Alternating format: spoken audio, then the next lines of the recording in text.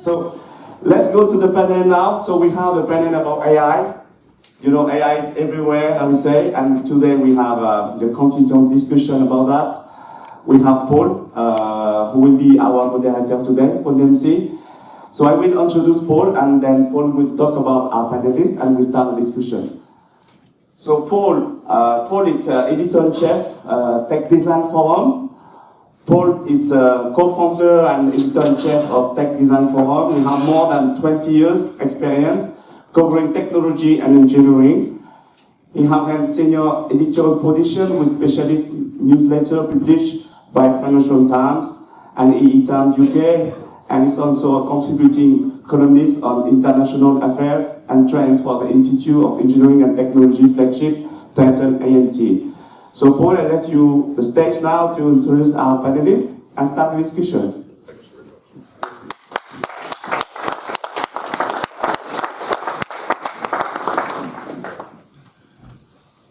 Good morning, everyone. Hi. So our panel is about all AI all the time. Unfortunately, we've only got an hour. We're just going to open up with a couple of quick questions from me, and then we're going to try and open up the floor, because I'm sure you've all got plenty of things you want to ask about. Let me first introduce you to everybody we have here. Now, here's the great moment. On my right immediately, we've got Daniel Shostak from ARM. He's an ARM architect and fellow with more than 25 years of experience in the verification of computer architectures.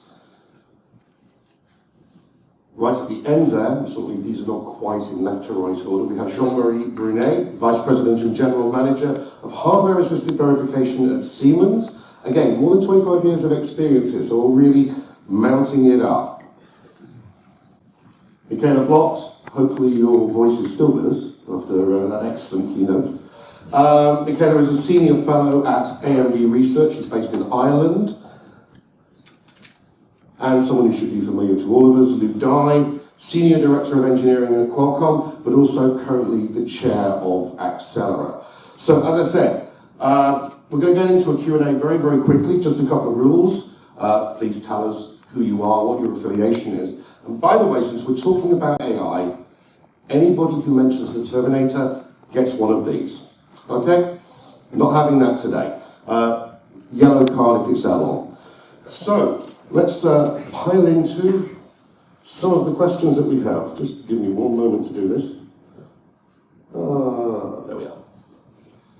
Okay, so we're coming at this from the assumption that AI is with us.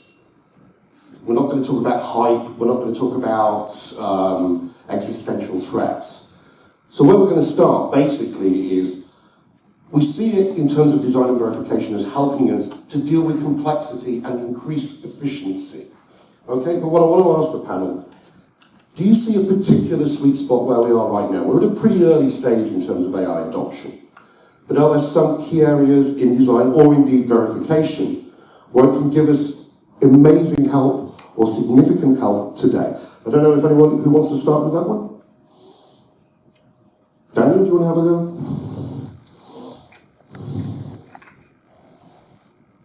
I'll have a go. From there's two perspectives here. The various EDA vendors are integrating AI, ML, data science into their tools. So a lot of the formal tools, for example, have AI capability, AI integrated into the scheduling of the different formal engines, for example, to solve the problems. Outside of what the tools themselves can do, there's obviously simulation is a space where people run vast amounts of testing, and with constrained random, that was a move up from directed testing, but with constrained random comes the problem of how do you know what you're testing, what's a good test, etc. And that is a very large data problem for any human to analyse. So ML data science is very good at those kinds of correlation exercises to focus in on the tests that are important and free up human engineer time from doing that type of analysis to actually working out what needs to be done at the design level. Okay. Why don't we contrast that with a vendor's perspective? Jean-Marie, where do you see the biggest advantages coming right now? All right. So I think where we see today the interest and the usage is what AI is good at is looking at massive amount of log file. I mean, we are good at creating a lot of data.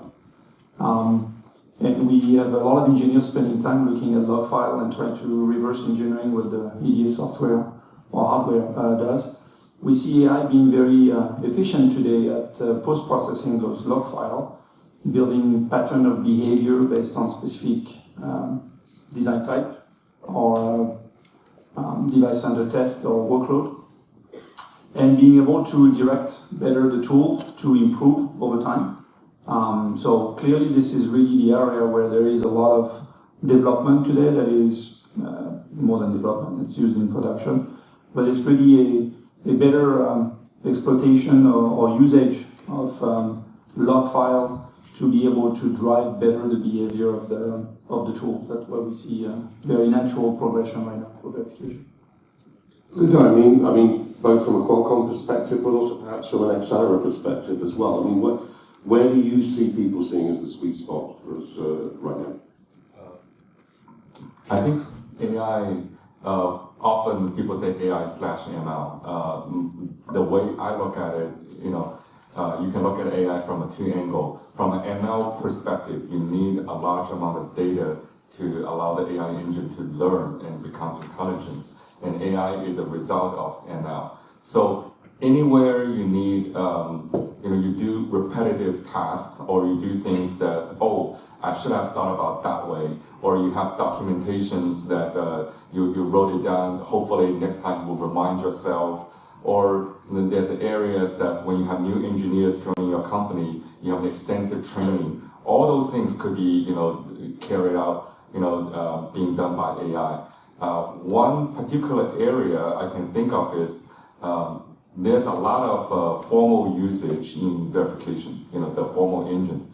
But quite often, nowadays, we have so many formal algorithms, you're kind of doing like trial and error, which algorithm should I use? And often you choose one, it doesn't work out well, you choose another one. So that's another area that if you have sufficient amount of data, and based on the kind of design you have, the AI engine, based on its vast amount of data, it will do a better job at guessing it than humans, which you probably have to dig through a lot of documentations and learn from your experienced verification leads. From Accelera perspective, we are a standards body, so we are trying to support anything that will help the growth of AI and ML in the design and verification sphere. I mean, we looked at obviously you just mentioned formal, but we looked across the flow there. I mean, again, very early days, are there any particular areas within design? Obviously, we're moving into the chiplet era. We just saw Michaela's keynote. Low power is going to be an absolutely critical thing as we start to scale up the applications from AI. Is chiplet, are those, if you like, the areas within design or the innovations that we're seeing that are going to drive AI first, or is it going to be this kind of rule-based, all-flow approach? My personal view is it's pretty much available to everything, and it's a little bit difficult to just bring up one versus the other. So AI from a two-flow perspective in our own company, it's deployed probably first in the back-end physical design. Because the physical design, we have a lot of iterative work, and each iteration takes a long time. And so the return on investment seems to be large. So that was deployed first. And second was deployed under verification during simulation, during coverage closures. But also it depends on the availability of the tools and the so-called AI algorithm in the tools. I mean, I have a team on our verification team, the engineers claim now that they have AI ML, right? And I joke with them, that's your regular expression, post-processing script, right? And he said, no, instead of I wrote the regular expression. Now I call a pro function that it's called AI/ML libraries. So now it's officially AI/ML. So, but as time goes by, you have like a very basic algorithm goes to much more sophisticated algorithm. But from a design area perspective, it's just everywhere. You can think of. Anyone want to add to that? So we're looking at basically AI not just all the time, but everywhere as well. And sounds like a movie title, actually. Okay, that's the good side. I think I'm going to ask this one of Michaela first. Now let's talk about risk. Again, these are early days. What are we seeing in terms of watch outs, warning signs, things that you need to look at, both in terms of your design flow, but also in terms of the products that you're actually going to send out to the public and into the market at large? Yeah, it's a great question, right? I mean, what we talked about so far is really how can you use AI for improving verification. Now let's turn the whole thing upside down. What are the verification challenges when it comes to AI? And there's a lot of risks in there, right?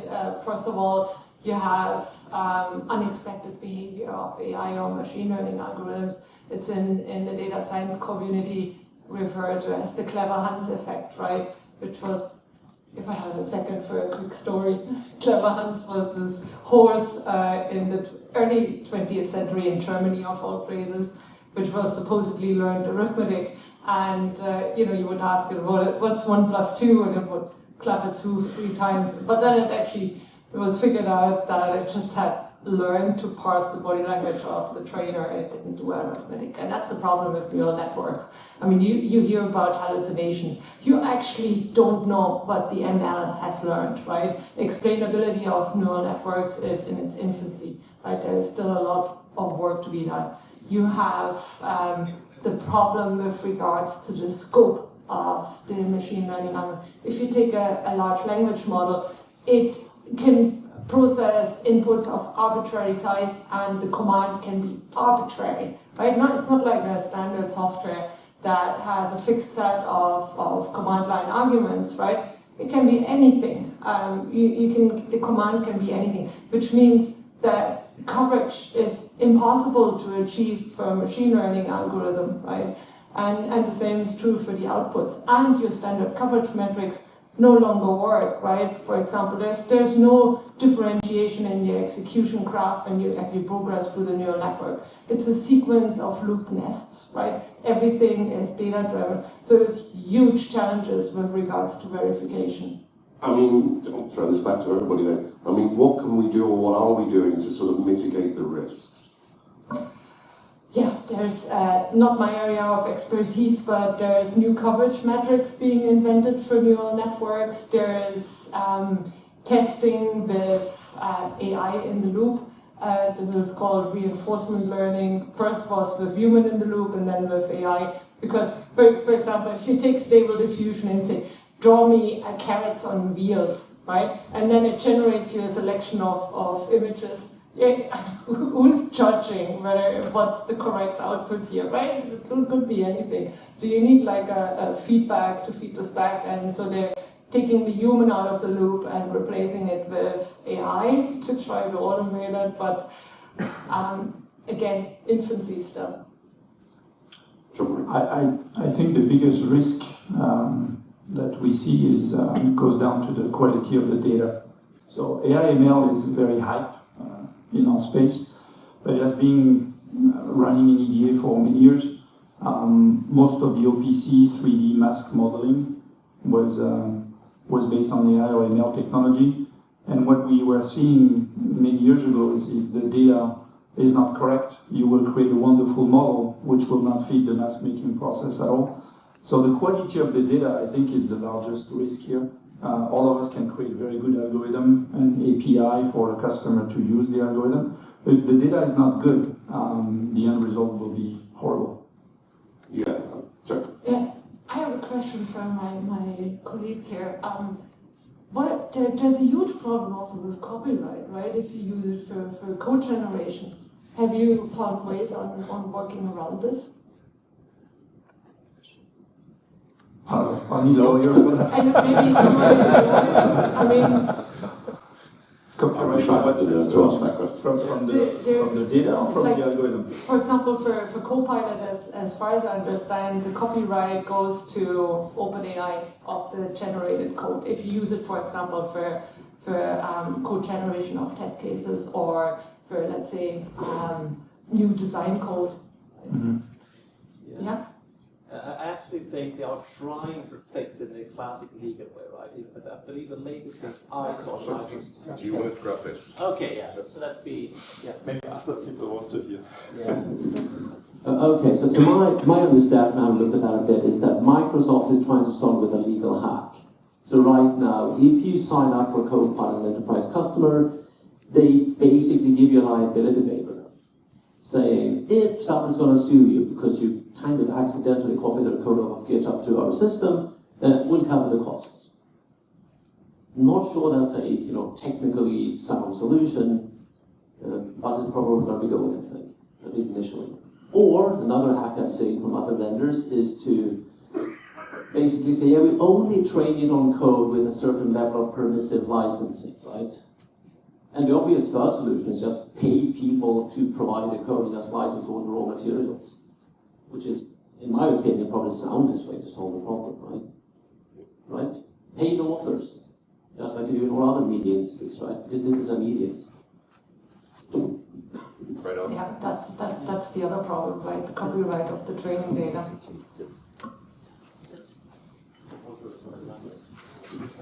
Thanks. I mean, does anyone else want to chip in on that? I just want to touch on another area of the risk. I mean, not the copyright. Yeah. The other risk I'm seeing is assuming AI is very, very successful. We deploy that. So I just want to share a very old story that many years ago I got my car broke down. I took it in for service, and the mechanic, hooked it up and told me that your car is perfectly fine, nothing was wrong. I said, I can't, the car cannot start properly. And he said, I hook it up to the computer, and the computer tells me your car is fine. And I said, well, the computer could be wrong. It's there's random failures. He said, no, computer never lies. And I told him, I am a computer engineer, and I have bugs in my own design. And he doesn't believe me, right? Now, fast forward with AI. I'm really worried that to the day that the verification engineer using the AI algorithm and tells the designer, the AI algorithm tells me your design is perfectly fine. There's no bug in there, and we just release the design, right? The over-reliance on AI could be a high risk. A probably more recent example I can think of is, as part of Xterra, maybe this is, okay, so you judge how that goes, right? So we have portable stimulus, and the portable stimulus is excellent in generate system-level testings, right? To a degree that I can automate a lot of test generation for a very complex design. Now the problem is, after we deploy portable stimulus, I have verification engineer don't know how to write tests, right? So within a big team, you have a few engineers did a template test, and the other engineers are expert in using the tool to generate the other tests and do debug. But when those 3 or 4 core engineers go on vacations, nobody knows how to debug the baseline test. So that, to me, is a risk that if the AI becomes really successful, how do you debug the baseline one? Daniel, I mean, your thoughts on this particular area? So, 2 thoughts addressing the last comment. One of the other interesting possible uses of AI would be to learn the debug experience of experienced engineers, such that it can effectively suggest paths for less experienced engineers to explore and get them closer to the failures. I think that's, even leaving aside the specialization there, it's a sort of common problem where the leads are the ones who really understand the details of design. So if there's a complex bug, everything gets funneled through the leads rather than all the engineers on the project helping out. Then sort of stepping side to one side, I think another problem where verification of AI will become important is around things like functional safety. So if we're putting AI into a car, for example, how do we certify that it meets all of the requirements in terms of the safety, etc. I think that at the moment I'm not aware of any solutions there, but obviously that's something that we're going to have to refine over time because it looks like it's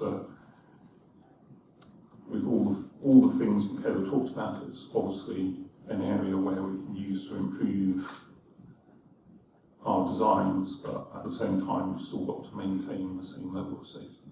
I mean, following on from that point, how does AI then map to issues of, say, traceability? Because we talk a lot about the fact we don't know how the AI reached the conclusions that it provided. Is that, if you like, since you've raised functional safety and that's a particular aspect of that, is that a risk there as well? So I think that's definitely a risk there. I mean, I'm not specifically an AI expert. My expertise is more on the sort of verification side. So one of the things that would occur to me to mitigate it would be try and limit the space that the AI is exposed to. Because an awful lot of the problems with AI is sort of taking it outside of the space it's normally operating in, showing it something different, and it comes up with a completely irrelevant solution. So if you're able to constrain the space, then you're reducing the problem that you have to deal with, but it's still shouldn't lead one to underestimate what still needs to be done. Okay, you had something to add? Yeah, I mean, it's a super interesting problem, right? If you look at what Tesla does to achieve functional safety standards, they're crowdsourcing their data from their entire deployed fleet, right? They're just generating humongous amounts of data to increase coverage.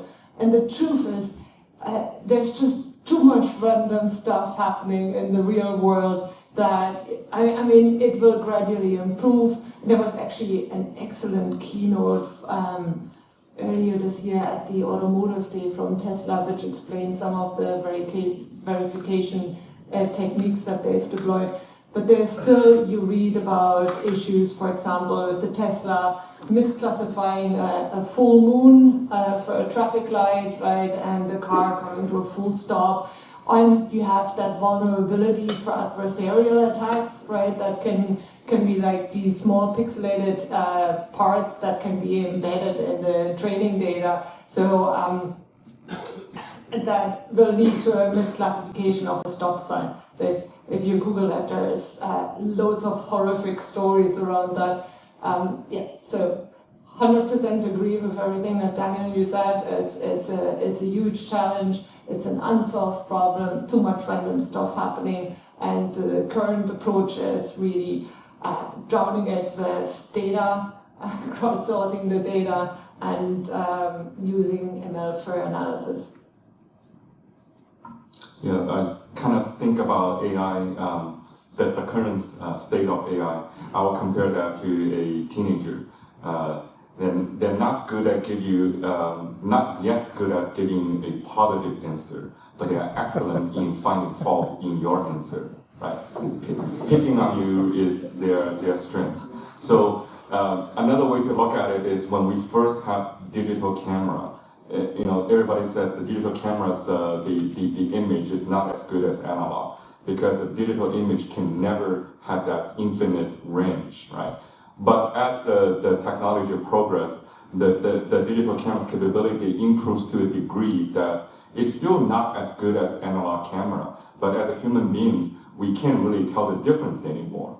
So to me, that the AI algorithm, when it tries to prove a positive answer, it still doesn't reach an 100% assurance, but it's close enough that in most of the scenario, you can say that it's equivalent to giving you a positive answer. Okay, well, a lot of the discussion now used the word data. So I'm going to throw this over to the floor in a minute, but let's address what's one of the elephants in the room, perhaps two elephants. I mean, from the experience of talking to people, there seems to be a Pareto in these early days, and it's an AI data operator, which is basically 80% of the work that you do is just getting your data ready to go into an algorithm where you're going to get some sense out of it on the other side. Developing the algorithm, and even reaping the results is only about 20%. I mean, this is an experience you guys have gone through. I mean, is it just, it's tough, going from data lake to data warehouse, it's hard work, just be prepared to do it? Or, I mean, are there ways to, if you like, mitigate that problem, get around it? And if you haven't started doing it, where are you right now? I actually heard a very nice quote which said that 80% of the problem, 80% of the time is complaining about the data problem and 20% is solving it. No, it's absolutely true. It's 80% is actually pre-processing of the data. It's a big issue, and I think we have, in particular within the European context, a challenge with getting access to sufficient data. As the hyperscalers are really the ones that are mining the gold, right? They have it all. They can train the best and the most accurate models, and we have limited hyperscalers in Europe. Well, I mean, that touches on the other big issue though, doesn't it, which is sharing data. I'm going to ask Jean-Marie to address this point first, because the two of us are both veterans of what happened in the days of DFM. What's going to happen here? I mean, the more companies that are willing to share data, the better the tools, the better the infrastructure will be. But at the same time, secret source. Yeah, so we had the same question at the DVCon panel in the US, and my colleague, I don't know if that's a colleague from Synopsys, was saying, give us the data, we will tell you what data to use. I think it's absolutely the wrong answer. Data is the most problematic situation here for AI or ML, because we could create, as EDA vendor, smart algorithm, but it will be as smart as the effective goal and end goal that we want to have. And the effective end goal can be good only on the data set and the specific design that the customer want to deploy. So I think we're shifting towards something where the machine learning or AI environment will be good only at the customer place with their data, which has some consequence with support, which we can support only at the customer site. Our ability to have real good data set internally as an EDA vendor is not that great, to be quite honest, because we're not trying to serve very specific test cases. We are supposed to serve the vast majority of what the market will see. And I think the advantage we'll see with AI or ML, putting good KPI to measure that the results are better, they're going to be only on very specific test cases at the customer site. And it's very different if it's a CPU or a Snapdragon SoC or a GPU at NVIDIA. The behavior will be very different. So I don't think we have found a way yet to manage that correctly. Your question was, is data sharing better? Not at all. To the opposite, actually. It's considered secret source and confidential. So we have to almost put an army of engineers at specific customer site, and it creates a lot of legal issue as well. Some of those engineers cannot support their competitors and so on. It's a problem. It's a real problem. I mean, you've got tens, hundreds of millions of dollars worth of IP represented at this table. I mean, how do you look at this question? Do you agree? I mean, yes, use the data on our designs internally and protect it because the secret source is there. I mean, there's another aspect to this. There's the sort of sharing widely, and then there's also actually sharing the data that the tools themselves have. Because in some pieces inside a company, you generate the data and you have to work out how to curate that, and that's not an easy task. I'd agree with what everyone said about needing to get the data into the right shape, but in some pieces, there's examples where you could instrument your test bench code or whatever in order to generate more data that you need, or in other instances, the tools actually already have their data inside them, and if there's an API to access that data in a generic way, then you're effectively able to scale up across the different code repositories that you have and extract the data in that way. And in some ways that's a partial solution to the sharing problem, because it then becomes a collaboration between an individual customer and the EDA partner, essentially, where both are bringing parts of the solution and not one or the other trying to have a one-size-fits-all.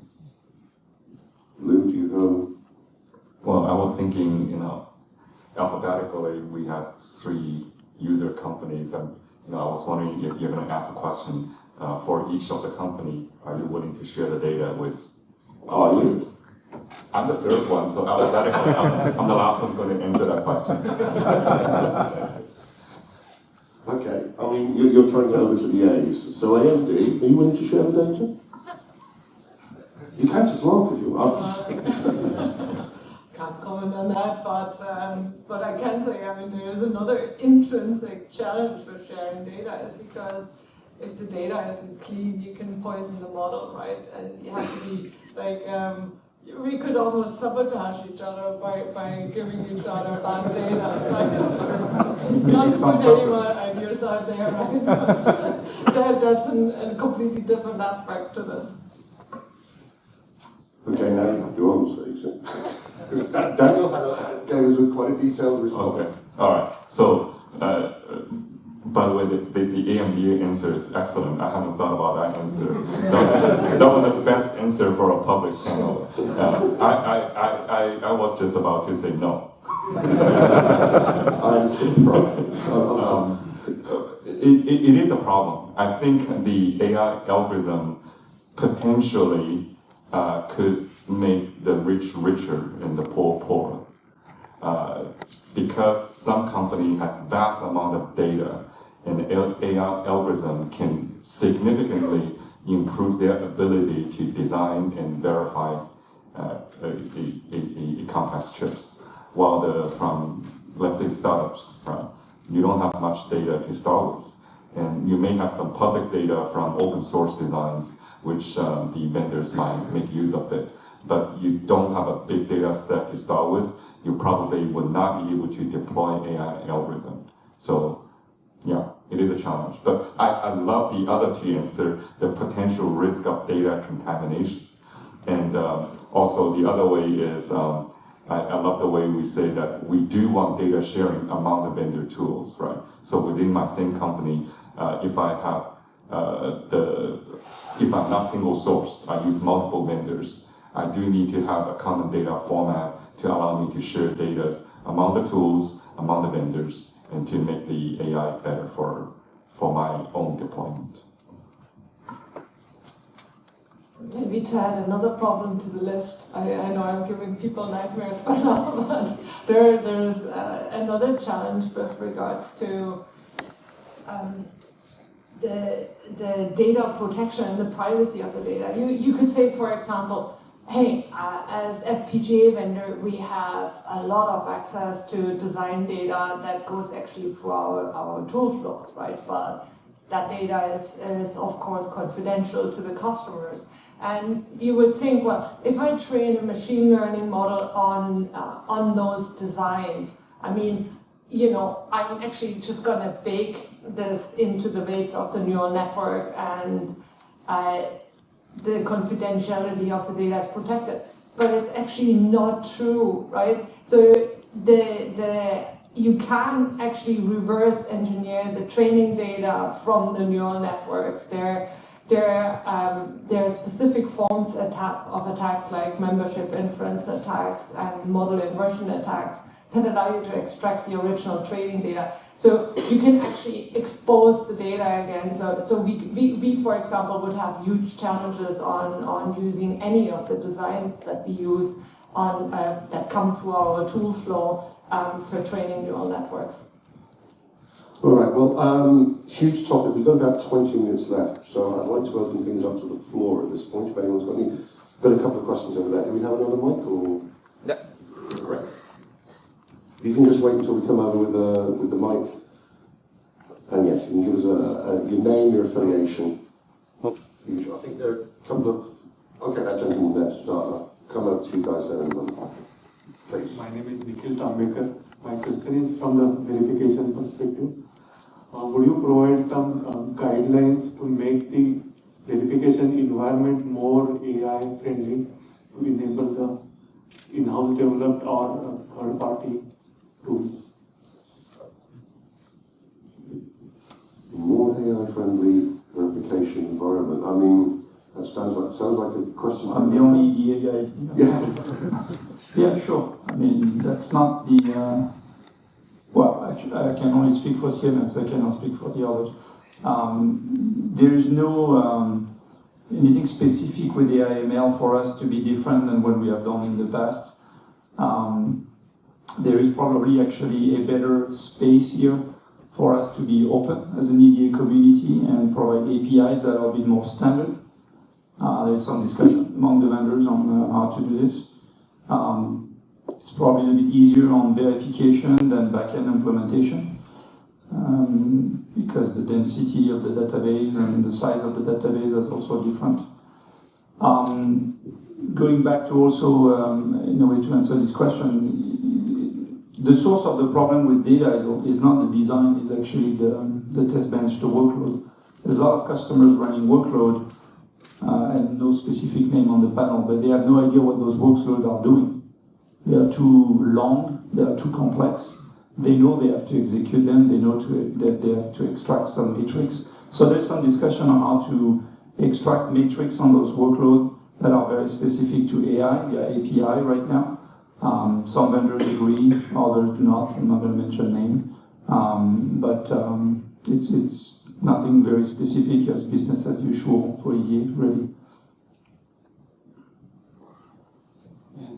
Sort of in similar vein, I think that the two aspects are probably the controllability and the observability. So if a lot of the controls are deeply embedded in what you're running, then the ML algorithm has less to work with. Essentially, it can only work at a very crude level. And similarly, if in terms of the observability, you can't actually see much that's going on, then again, you're going to be limited in what you can target. So I think the general recommendation from the experience of sort of trying to deploy these kinds of things at ARM is to try and expose as much as possible to give more freedom to the algorithms to come up with an interesting answer. Okay, I think we have some questions over here on the business side. Hang on.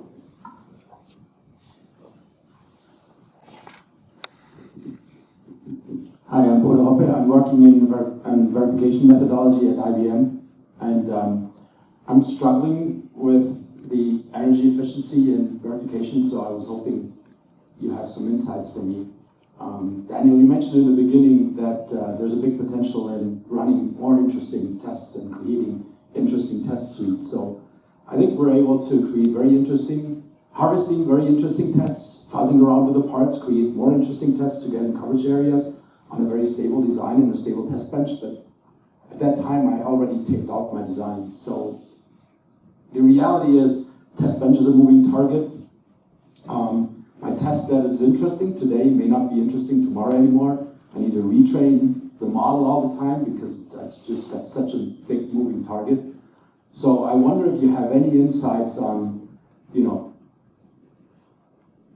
I gotta say we're using a lot of functional coverage information because I think that's a great indication to see what tests are interesting. So I wonder if you have any insights how we can actually save energy using AI and get better done with verification.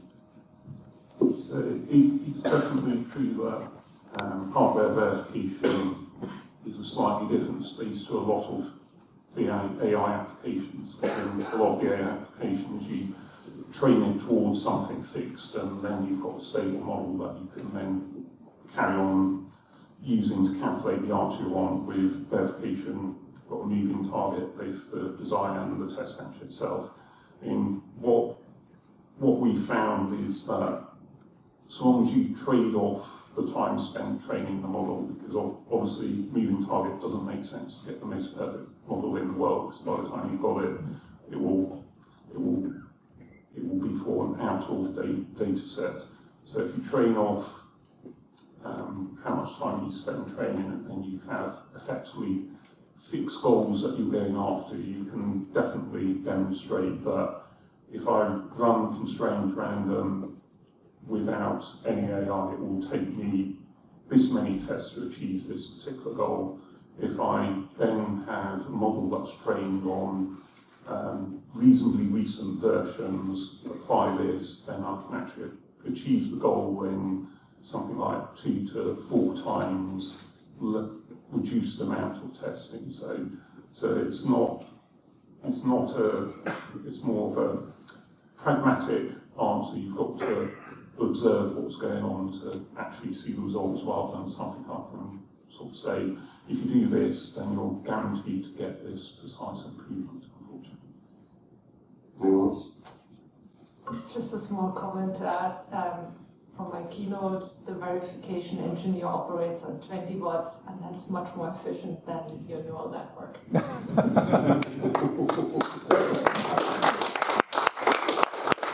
Okay, any more questions? Gentlemen? Right. Yeah, so my question is, Robertson from Nokia. My question is about the simulation time of AI modules in your design. So in the past, when you had a classical design, you could split it into singular modules, test them individually, and then have some lesser amount of tests in integration, right? But with those AI models, especially the big ones, when we create a design using that AI model on your FPGA fabric, you get a really big black box that you need to test, and then that simulation takes a long time, and as we know, to test your AI design, you need to put it through a lot of data just to get your metrics right. So that's my question. What should we do about that?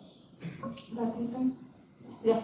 So what we do, for example, with the Finn and Bravidas approach, is we provide an iterative simulation environment. So you can always run your neural networks in the Onyx graph representation, right? And we transition this through graph transformation and lower the abstraction level iteratively. Every level you can still software execute it, so simulation time would be super fast.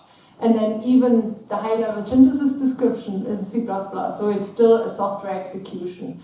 And then you only step at that stage from there on into the RTL design domain, where it becomes expensive to simulate. And unless we have any bugs in the high-level synthesis tools, it should just run. Jean-Marie, you want to? Yeah, I was going to say move to a hardware-accelerated verification solution. That's easy answer, I guess. But that's the good answer. Okay, anyone else? On this side, I will come to you next, sir, okay, so I'm happily ignoring that side of the room. There's a gentleman over there. I know I need to move over here, so yeah, to the interrogation. Moshe Salzberg, CEO of Various Solutions.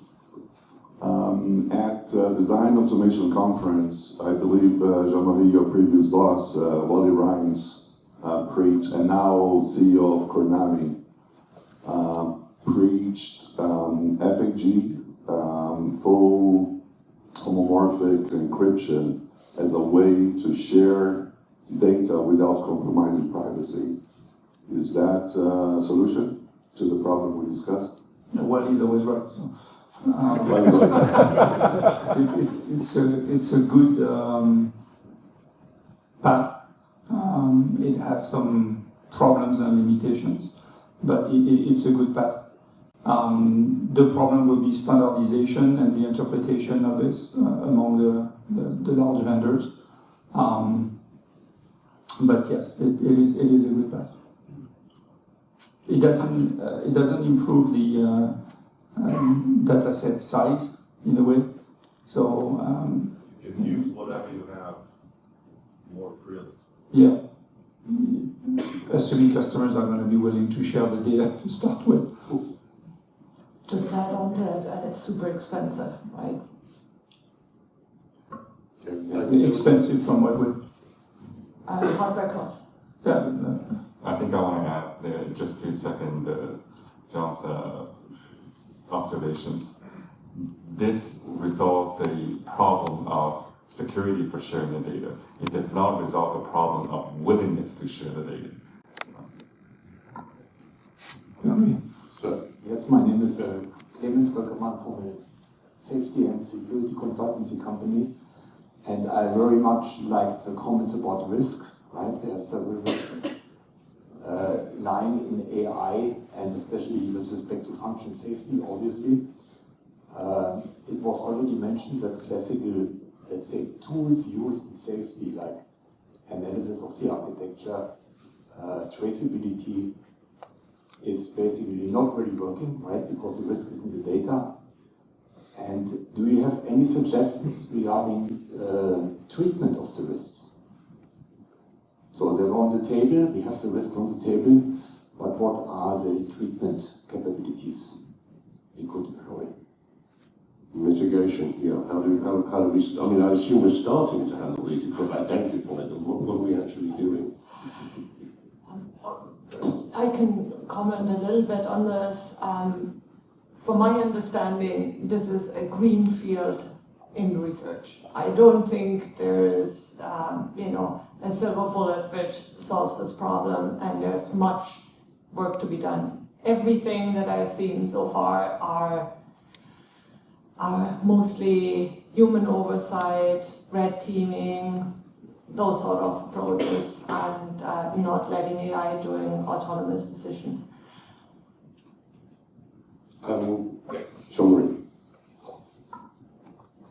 Yeah, I was going to say, I agree with what you said. This is not really an AI-specific problem here.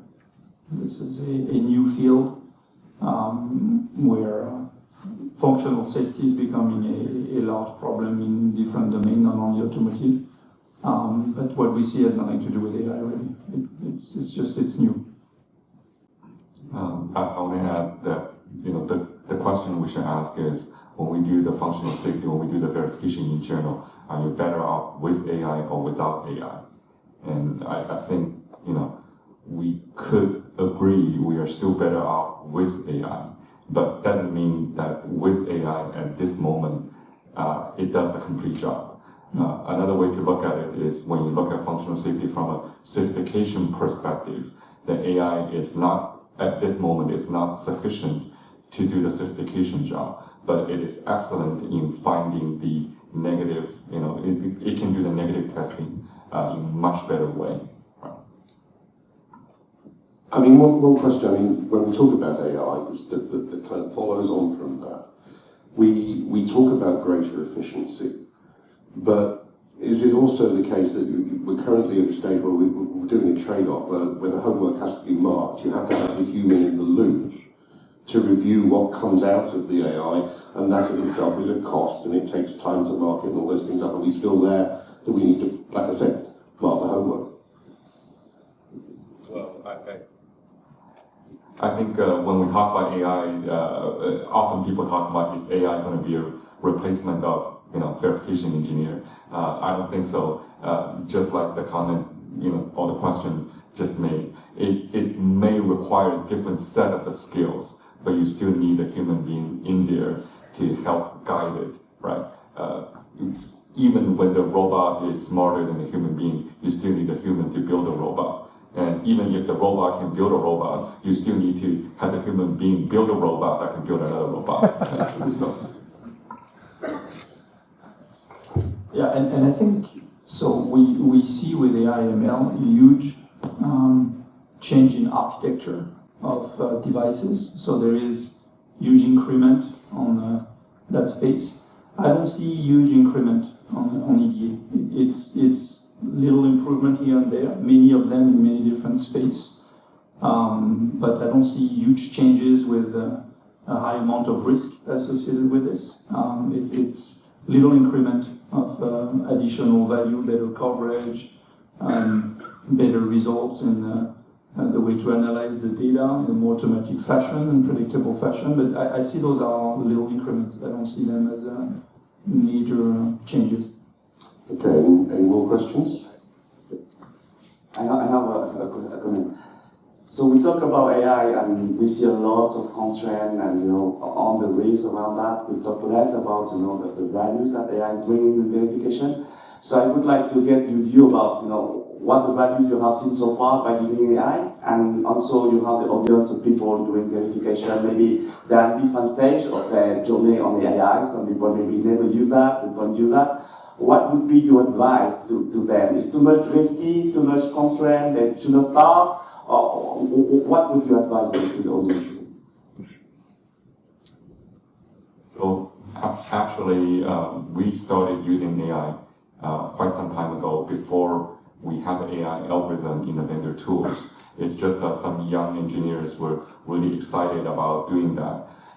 One area that on my team, the engineers did was just the debug triaging, right? So there's a lot of knowledge sharing on when you have a regression failures. I wish there's some common way of debugging to a certain level, and then you will narrow down to a 2 or 3 problem for it to then have the human interaction. But there's a lot of debugging that could be done automatically. So conceptually, that's very doable. But in reality, when an engineer trying to write the algorithm or do their own custom coding, it takes time. So with the AI algorithm, AI libraries available for them, they're still doing the same thing, but it's just like there's some other people already done some mathematical research and to tell them that using this algorithm, you will reach the result faster. So there's some, how do I put it, there's some low-cost way of doing that. Now with the vendor tools available, you have more and more capabilities. And as user company, just provide the feedback to the vendors, at what level I want to see that you have, I won't even call that AI, I just say I need more automation, right? And AI algorithm is one way to make the automation more efficient. So I see 2 concrete domains where we have seen value and recommending to deploy is, as I mentioned before, a much better analysis of log files. Log files are becoming very complex, deep, impossible to read sometimes. We see good capability in doing very smart analysis on those log files. Second one is ability to really analyze very carefully very long workload.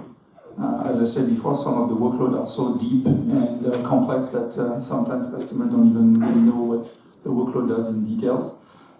So having the analysis here to quickly see what is happening in the workload.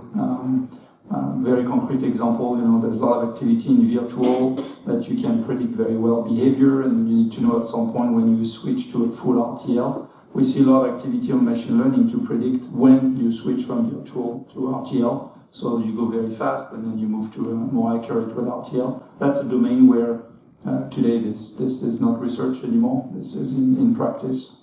That's what I see. Very, very concrete. So, go ahead. I was just going to add, I think better targeting or verification is something that we've definitely seen ML and AI can help with, and possibly if anyone's looking for advice, I would say it's never too early to start thinking about what the data you're generating needs to look like in order to be able to use it for AI. Because if you wait until the point when you want to deploy AI, you'll undoubtedly find you've got to spend an awful lot of time curating your data to be able to get the results. Okay, the last one again. I just wanted to say, I talk a lot about security risks relating to AI and all of that, but I really don't intend to dampen the enthusiasm. It is a massive productivity gain using AI, and in all the examples mentioned, data analysis, test case generation, and so forth. Okay, well, we're going to wrap it up here. Obviously, if you have any questions that we didn't get to, the panelists are down here right now. I'll thank you for all attending. I didn't even see anybody walk out, which is a first for me. So I really am very appreciative. And ask you all please to thank our panelists for a very interesting session. Thank you.